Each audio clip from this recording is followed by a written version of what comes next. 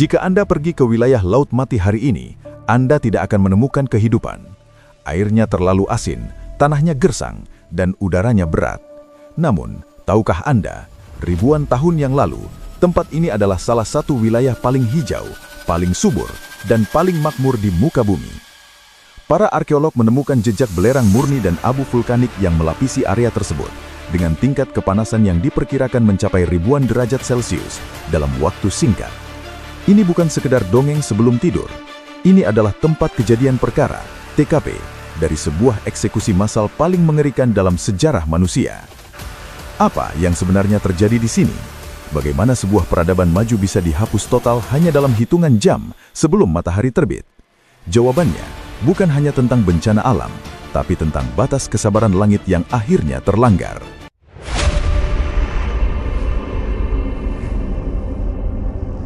Mari kita luruskan satu hal. Sodom bukanlah desa tertinggal. Sodom adalah kota metropolitan pada zamannya. Bayangkan sebuah kota dagang yang sibuk, dialiri sungai-sungai jernih, dan kebun-kebun buah yang tak pernah berhenti panen. Kemakmuran inilah yang membuat penduduknya sombong. Mereka merasa tidak butuh Tuhan, karena uang dan sumber daya alam mereka melimpah. Namun, ada harga mahal dari kemewahan ini. Hati mereka mengeras. Hukum rimba berlaku. Siapa yang kuat, dialah yang berkuasa. Di kota inilah Nabi Lut diperintahkan untuk menetap. Beliau bukan penduduk asli sana. Beliau adalah pendatang, keponakan Nabi Ibrahim, yang membawa misi berat, memperbaiki moral sebuah masyarakat yang sudah merasa diri mereka paling benar. Bayangkan betapa terasingnya perasaan Nabi Lut saat pertama kali menginjakan kaki di gerbang kota yang megah namun beraroma busuk itu. Seringkali kita berpikir bahwa dosa kaum Sodom muncul tiba-tiba. Tidak, kehancuran moral selalu dimulai bertahap. Awalnya, mereka kikir. Mereka tidak suka ada musafir atau pendatang yang lewat di kota mereka karena takut harta mereka berkurang. Untuk mengusir pendatang, mereka mulai melakukan kejahatan, merampok karavan dagang, dan melecehkan para musafir. Lama-kelamaan, perilaku ini berevolusi menjadi penyimpangan yang belum pernah dilakukan peradaban manapun sebelumnya. Laki-laki tidak lagi tertarik pada perempuan, dan perempuan tidak lagi butuh laki-laki. Mereka memutus rantai regenerasi manusia. Mereka membuang fitrah. Dan yang paling mengerikan, mereka melakukannya secara terbuka di balai-balai pertemuan, tanpa rasa malu sedikitpun. Di tengah kegilaan massal inilah, Nabi Lut berdiri sendirian, mencoba menjadi suara akal sehat yang justru dianggap sebagai gangguan. Bayangkan, Anda hidup di sebuah lingkungan di mana kejahatan dianggap sebagai prestasi dan kebaikan dianggap sebagai keanehan. Itulah hari-hari Nabi Lut. Selama bertahun-tahun, beliau mengetuk pintu hati mereka, mengajak mereka kembali ke jalan yang lurus, mengingatkan tentang fitrah penciptaan. Namun, apa balasannya? Bukan sekadar penolakan, mereka mencemooh. Wahai Lut, jika kamu orang yang benar, datangkanlah azab Allah itu kepada kami. Mereka menantang Tuhan. Kesabaran Nabi Lut benar-benar diuji. Tidak ada satupun penduduk kota itu yang beriman kepadanya, kecuali keluarganya sendiri. Itu pun tidak semuanya. Rasa sepi, tertekan dan cemas menghantui setiap malam Nabi Lut.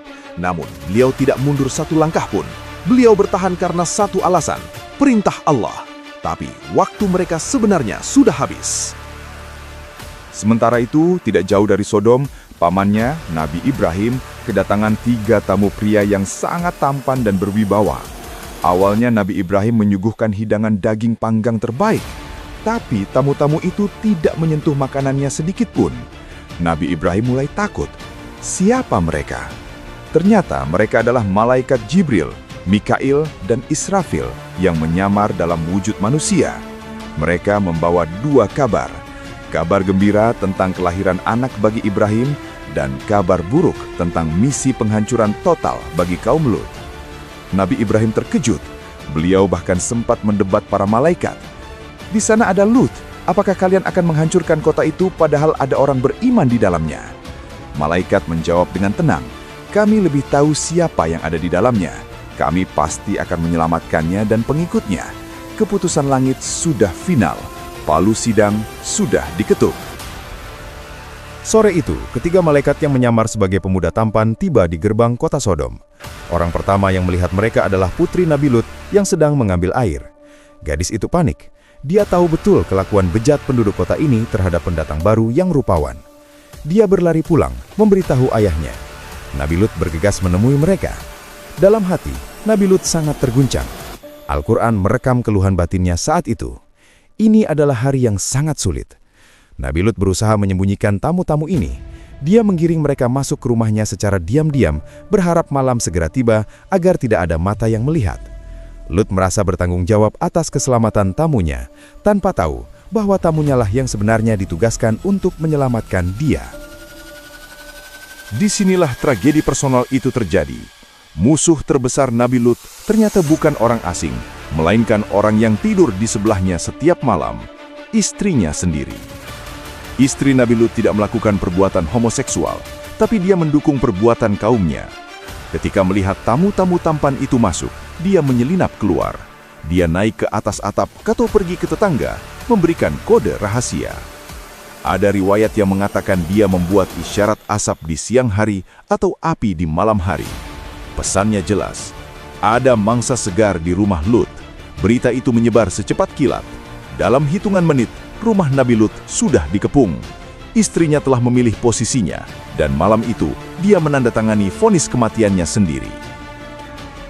Suasana berubah mencekam. Ratusan laki-laki, tua dan muda, mabuk oleh nafsu, mengepung rumah Nabi Lut. Mereka berteriak, menggedor pintu, memaksa Lut menyerahkan tamu-tamunya. "Keluarkan mereka kepada kami, Lut," teriak mereka. Nabi Lut berdiri di balik pintu, menahannya sekuat tenaga. Tubuhnya gemetar, bukan karena takut mati, tapi karena rasa malu yang luar biasa jika tamunya dinodai di rumahnya sendiri. Dia mencoba bernegosiasi dengan putus asa. Dia bahkan menawarkan putri-putrinya untuk dinikahi secara sah, sebagai simbol kembali ke fitrah suci, daripada melakukan perbuatan nista itu. Tapi nafsu mereka sudah buta. Mereka menjawab, "Kau tahu kami tidak butuh putrimu. Kau tahu apa yang kami mau." Situasi sudah di ujung tanduk. Momen ini adalah titik terendah dalam perasaan manusiawi Nabi Lut.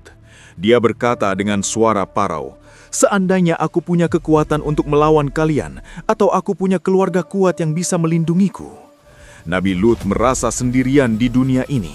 Dia merasa tidak punya backing, tidak punya pasukan. Dia tidak tahu siapa tamu yang ada di belakangnya. Melihat kepedihan Lut, para tamu itu akhirnya bicara. Mereka tidak lagi menyembunyikan identitasnya. "Wahai Lut, tenanglah. Kami adalah utusan Tuhanmu. Mereka sama sekali tidak akan bisa menyentuhmu." Kalimat ini mengubah segalanya. Peta kekuatan di ruangan itu berbalik 180 derajat dalam 1 detik. Ketika massa mulai mendobrak pintu hingga hampir jebol, malaikat Jibril bertindak. Dia tidak menggunakan pedang, tidak menggunakan api. Dia hanya menggunakan ujung sayapnya. Satu kibasan, dan seketika itu juga, mata semua orang yang menyerbu rumah itu menjadi buta, gelap gulita. Mereka berteriak histeris, meraba-raba dinding, saling bertabrakan satu sama lain. Rasa percaya diri mereka hancur, berganti kepanikan massal. Malaikat memperingatkan mereka, "Rasakanlah azab Tuhanku." Tapi anehnya, meski sudah buta, kesombongan mereka tidak hilang. Mereka mundur sambil mengancam, "Tunggu sampai pagi, Lut. Besok pagi akan kami habisi kau dan tamu-tamumu." Mereka tidak sadar, bagi mereka, hari esok tidak akan pernah datang. Malam semakin larut, malaikat memberikan instruksi militer yang sangat spesifik kepada Nabi Lut. "Pergilah membawa keluargamu di akhir malam. Dan ingat, satu syarat mutlak, jangan ada seorang pun dari kalian yang menoleh ke belakang." Kenapa tidak boleh menoleh? Karena apa yang akan terjadi di belakang sana terlalu mengerikan untuk disaksikan mata manusia.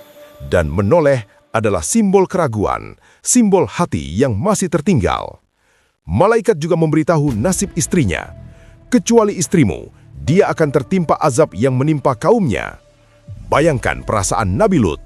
Dia harus menyelamatkan iman, meski harus kehilangan pasangan hidupnya. Dia harus memilih ketaatan di atas perasaan.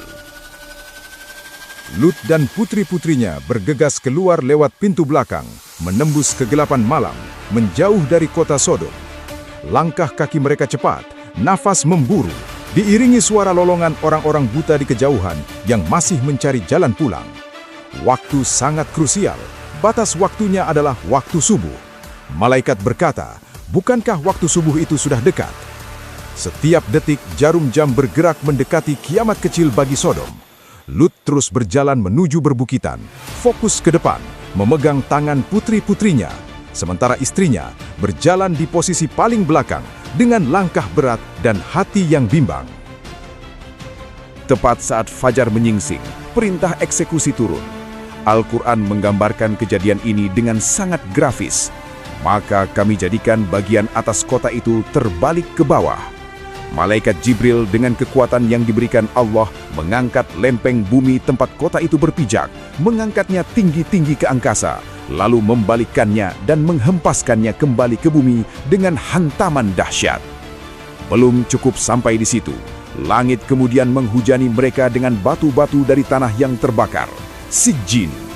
Batu-batu itu turun seperti peluru kendali, menghantam apa saja yang tersisa. Suara gemuruh ledakan itu terdengar hingga berkilo-kilometer jauhnya. Kota metropolis itu lenyap, digantikan kawah kematian. Di perbatasan kota, istri Nabi Lut mendengar suara gemuruh yang mengerikan itu. Hatinya goyah, rasa penasarannya, dan mungkin rasa simpatinya pada kaumnya yang sedang berpesta pora tadi malam membuatnya melanggar satu-satunya pantangan. Dia berhenti. Dia memutar kepalanya, dia menoleh ke belakang. Detik itu juga, dia melihat azab Allah dan sebuah batu yang telah tertulis namanya menghantamnya. Dia tewas seketika, menjadi bagian dari puing-puing sejarah kelam itu. Dia selamat secara fisik keluar dari rumah, tapi hatinya tidak pernah keluar dari Sodom. Itulah sebabnya dia binasa. Matahari terbit menyinari kawah yang kini menjadi laut mati. Nabi Lut dari kejauhan melihat asap hitam membumbung tinggi, seperti asap pembakaran raksasa. Sodom dan Gomorrah telah tamat. Kisah ini bukan sekedar sejarah tentang kaum homoseksual. Ini adalah pelajaran universal tentang batas toleransi Tuhan, tentang menjaga fitrah, dan yang terpenting, tentang loyalitas. Istri Nabi Lut mengajarkan kita bahwa berada di dekat orang saleh, bahkan seorang nabi, tidak menjamin keselamatan jika hati kita berkhianat. Semoga kisah ini menjadi pelajaran bagi kita. Terima kasih telah menyimak sampai akhir.